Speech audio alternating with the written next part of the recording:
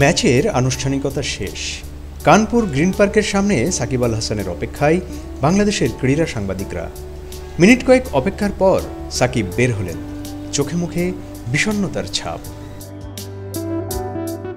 দেশ থেকে নিরাপত্তার নিশ্চয়তা না পেয়ে কানপুরে হয়ে গেল সাকিবের শেষ টেস্ট।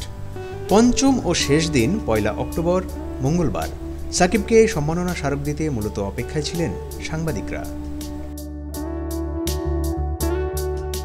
কিন্তু সাকিবকে পেলে শুধু উপহার দিয়ে তো আর ক্ষান্ত হওয়া যায় না।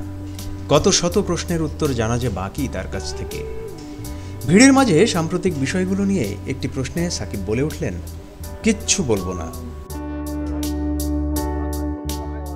Best wishes to legendary Shakib Al Hasan, এমন লেখা স্মারক উপহার দেওয়ার পর সাকিবকে ফুল দেওয়ার পালা। সাকিব ফুলের কথা শুনে বললেন, ও ফুলও দিবেন, দেন। এর আগে সাকিবকে চমকে দেন বিরাট কোহলি, ঋষভ পান্থ। দুজনে সাকিবকে আলাদাভাবে ব্যাট উপহার দেন। কোহলিকে সাকিবের সঙ্গে আড্ডা দিতেও দেখা গেছে, পিঠ চাপড়ে দিচ্ছিলেন, হাতে হাত মেলাচ্ছিলেন। কিন্তু সব প্রশ্নের উত্তরই এখনও অজানা। সাকিব কি দেশে ফিরছেন দক্ষিণ আফ্রিকা সিরিজ খেলার জন্য? সাকিব আল হাসানের পরিচয় দুইটা। বাংলাদেশ ক্রিকেট বোর্ড বিসিবি থেকে শুরু করে যুব ও ক্রীড়া উপদেষ্টা আসিফ মাহমুদ যে প্রতিক্রিয়া দেখিয়েছেন তাতে ধরে নেওয়া যায় সাকিব দেশে ফিরছেন না।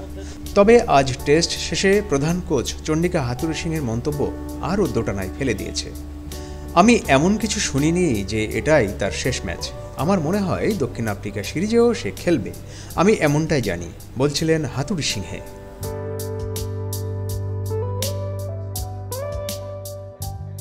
এর আগে এই কানপুর টেস্ট শুরুর আগে সংবাদ সম্মেলনে সাকিব বলেছিলেন, ঘরের মাঠে দক্ষিণ আফ্রিকার বিপক্ষে তিনি টেস্ট থেকে বিদায় নিতে চান, তবে দিতে হবে নিরাপদে বাংলাদেশ ত্যাগের নিশ্চয়তা।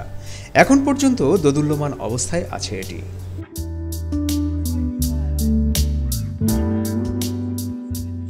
সাকিব দেশে থেকে অবসর নেবেন নাকি কানপুরেই শেষ, সেটা নিশ্চিত হবে দক্ষিণ আফ্রিকা সিরিজের দল ঘোষণার পর।